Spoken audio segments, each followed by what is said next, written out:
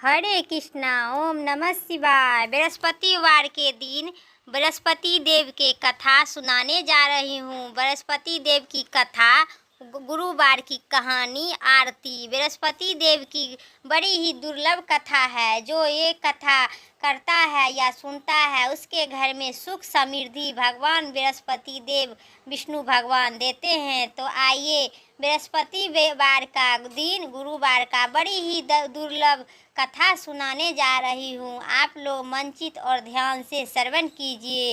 प्राचीन काल की समय की बात है।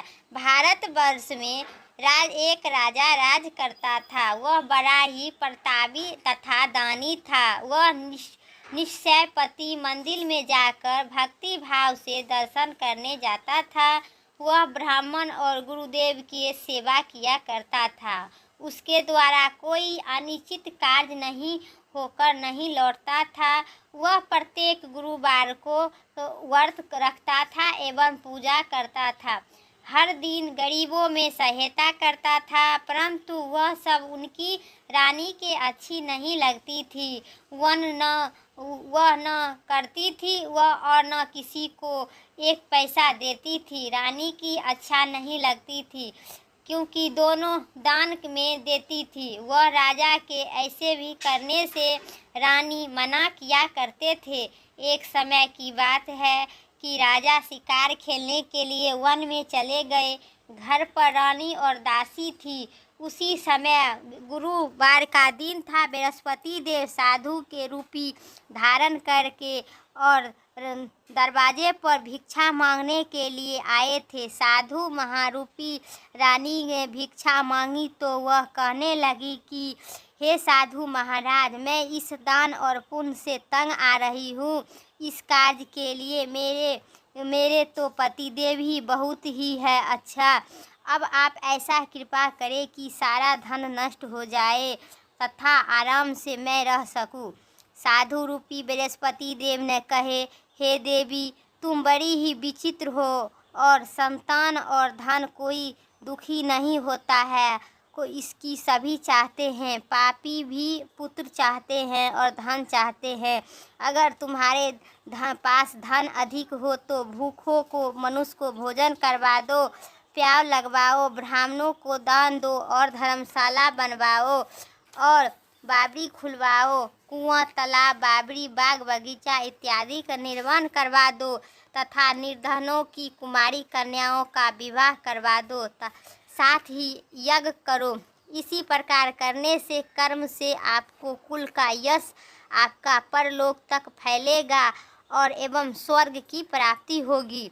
परंतु रानी साधु इन बातों पर सुख नहीं हुआ, क्योंकि उसे कहा कि हे साधु महाराज, मुझे ऐसा करने से धन की आवश्यकता नहीं है जिसके मैं अन्य लोगों को दान दूं तथा इसके रखने से और संभालने से मेरी सारा समय नष्ट हो जाए।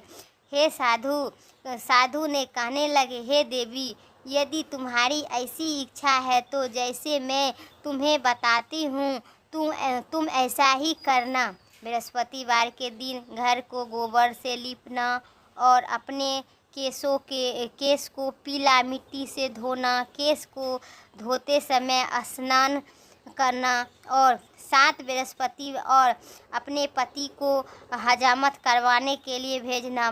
भोजन में मांस मदिरा खाना, कपड़ा धोबी के यहाँ धुलवाने देना। इसी प्रकार 7 बृहस्पतिवार को करने से तुम्हारा धन नष्ट हो जाएगा। यह कहकर साधु महाराज रूपी बृहस्पति देव अंतर्ध्यान हो गए।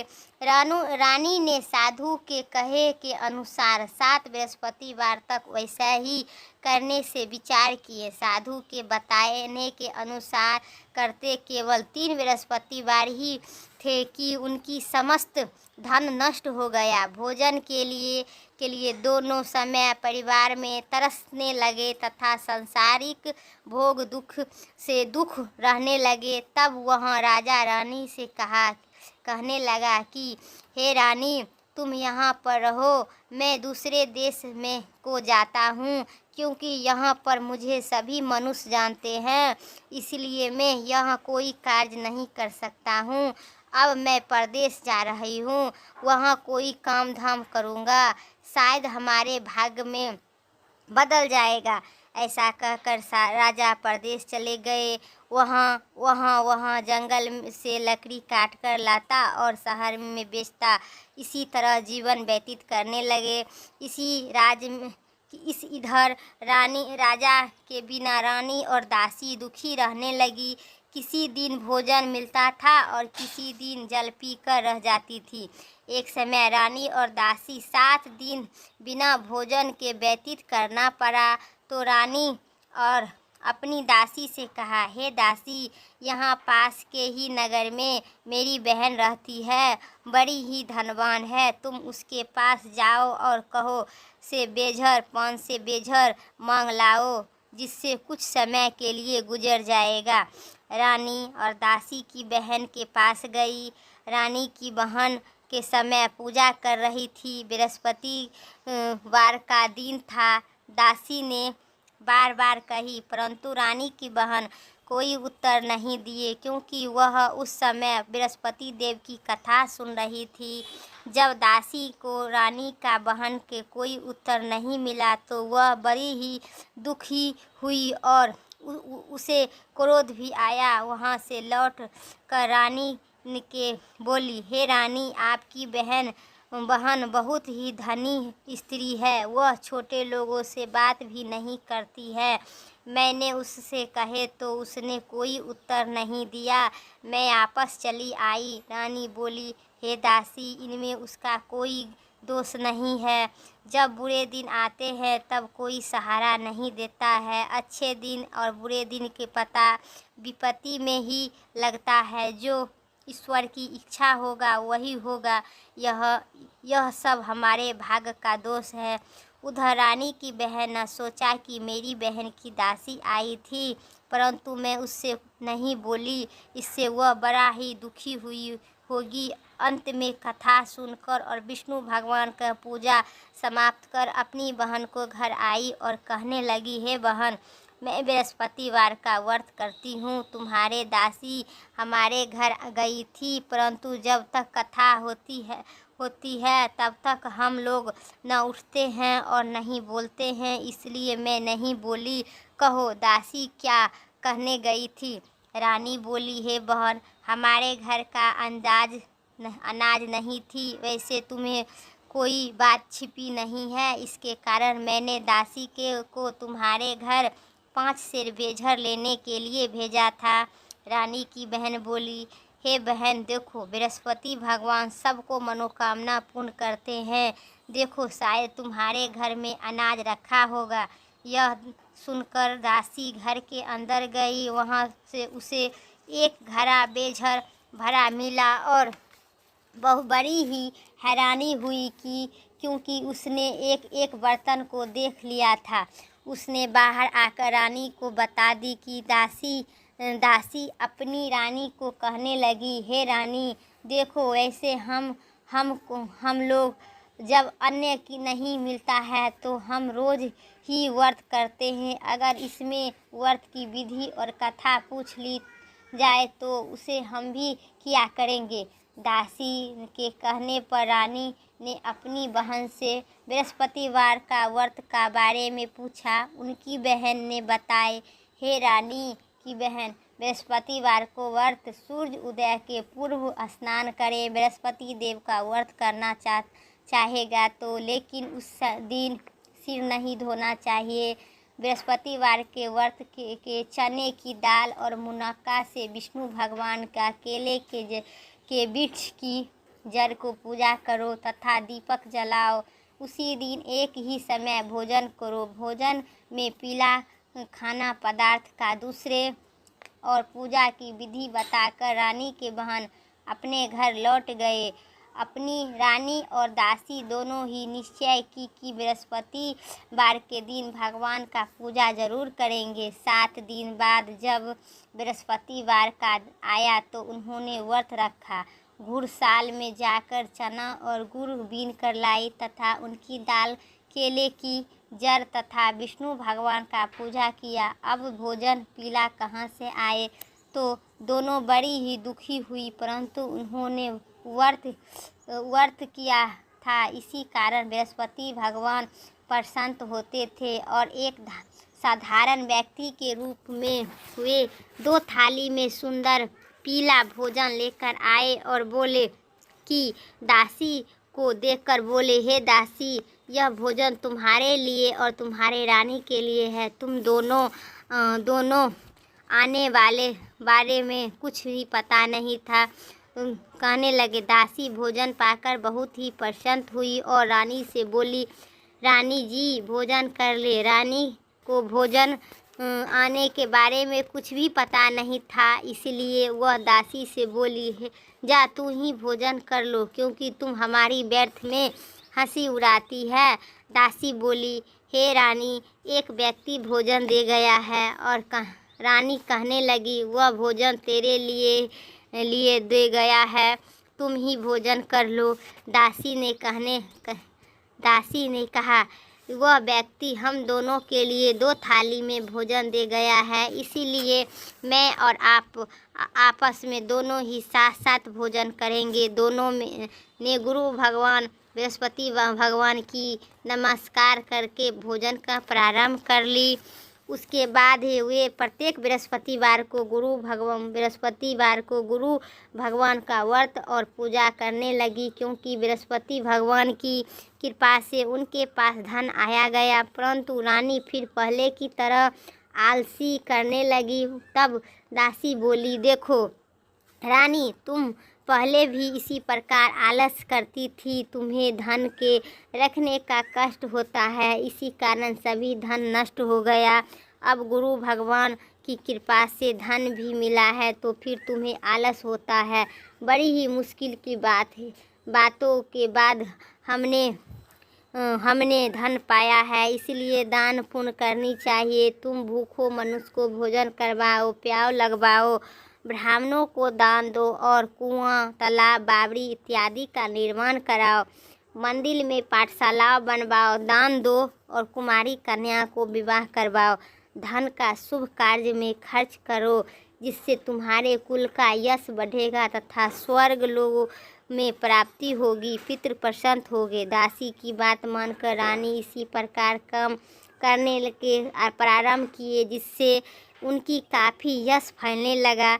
एक दिन रानी और दासी आपस में विचार करने लगी कि न जाने राजा किस दशा में होंगे, उसकी कोई खोज खबर नहीं है। गुरु भगवान ने उन्होंने प्रार्थना की और भगवान गुरुदेव बृहस्पति देव भगवान ने रात्रि में राजा का स्वप्न में कहे, हे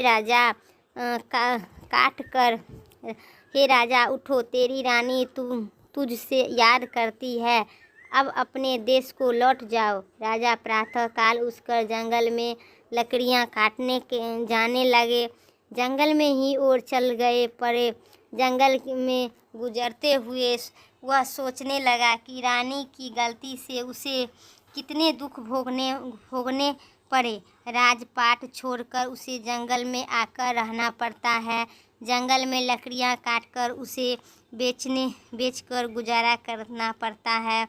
उसी समय उस जंगल में बृहस्पति देव एक साधु रूपी धारण कर आए और बोले, राजा पास जाकर बोले, हे लकड़ीहरे, तुम इसी सुनसान जंगल में किस चिंता में बैठा हो, मुझे बताओ। यह इतना राजा ने नेत्र में जल भर आया और साधु के वंदना करने बोला, हे प्रभु, आप सब कुछ जानने वाले हैं। इतना कहकर राजा ने साधु को अपनी संपूर्ण कहानी सुना दी।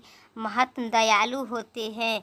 वे राजा से बोले, हे राजा, तुम्हारी पत्नी ने बृहस्पति देव को प्रति आराधना किया करता है, जिसके कारण तुम्हारे यहाँ दशा हुआ है। अब तुम किसी प्रकार का चिंता मत करो, भगवान तुम्हें पहले की अधिक धन देंगे। देखो, तुम्हारी पत्नी ने बृहस्पतिवार का व्रत करती है और प्रारंभ कर दो। अब तुम भी बृहस्पतिवार का व्रत करो। चने की दाल व गुड़ गुड़ जल लोटे में डालकर केले का वृक्ष में करो, फिर कथा कहो या सुनो, भगवान तुम्हारी सभी मनोकामना पूर्ण करेंगे। साधु को प्रसन्न देखकर राजा बोला, हे प्रभु, मुझे लकड़ी बेचकर इतना पैसा भी नहीं बचता है जिसके भोजन करने का उपरांत कुछ बचा सकूं। मैंने रात्रि में अपनी रानी को व्याकुल देखा है। मेरे पास कोई साधारण धन नहीं है जिससे समाचार जान सकूं। फिर यह बृहस्पति देव की क्या कहानी कहूँ व सुनूं, मुझसे कुछ नहीं भी मालूम नहीं है।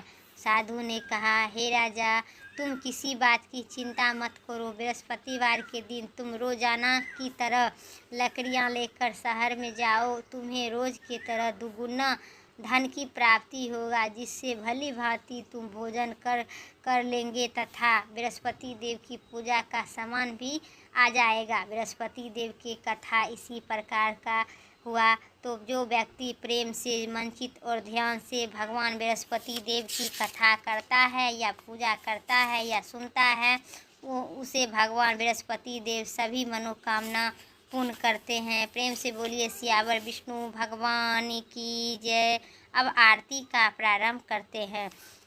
ओम जय बृहस्पति देवा, स्वामी जय बृहस्पति देवा, छीनी छीनी भोग लगाऊं, कदली फलिने बा। ओम जय बृहस्पति देवा, तुम पूरनी परमात्मा, तुम अंतर्यामी, जगति पिता जगदीश्वर, तुम सबके स्वामी। ओम जय बृहस्पति देवा, चरनामिति निजिमल, सब पातक हरिता, सकल मनोरथ दया कर, कृपा करो भरिता। ओम जय बृहस्पति देवा, सकल मनोरथ दया कर, कृपा करो भरिता। तने मन धन अर्पण कर, जो जन शरण पड़े। ओम जय बृहस्पति देवा, प्रभु प्रगट हो कर आकर द्वार खड़े, दीन दयाल दयानिधि, भक्तन हितकारी। ओम जय बृहस्पति देवा, पाप दोष सब हरिता, भय बंधन हारी, सकल मनोरथ दया कर, सब यश कारी। ओम जय बृहस्पति देवा, सकल मनोरथ दया कर, सब संकट हारी, विषय बिटारी मिटाओ, संतन सुखकारी। ओम जय बृहस्पति देवा, जो कोई आरती तेरी प्रेम सहित गावे, जेठानंद आनंद कर, सो निश्चय पावे।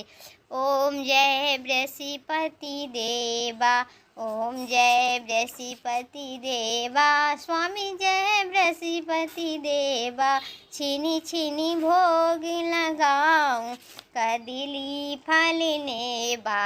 ओम जय बृहस्पति देवा। प्रेम से बोलिए विष्णु भगवान की जय, बृहस्पति देव की जय। जय जय श्री सीताराम लक्ष्मीपति नारायण की जय। मेरा कथा यहीं तक समाप्त हुआ। अगर मेरा चैनल पर नए हैं तो प्लीज़ मेरी चैनल को सब्सक्राइब पक्का कर लीजिएगा, क्योंकि मेरी चैनल पर यही धर्म कर्म और शास्त्र से मेरी रोज़ दिन का वीडियो हम अपलोड करते हैं। तो आप लोग के सब्सक्राइब से हमें अधिक प्रेरणा होती है और मेरी आपकी सब्सक्राइब से मेरी वीडियो के नोटिफिकेशन सबसे पहले आप सभी तक पहुंचेगी।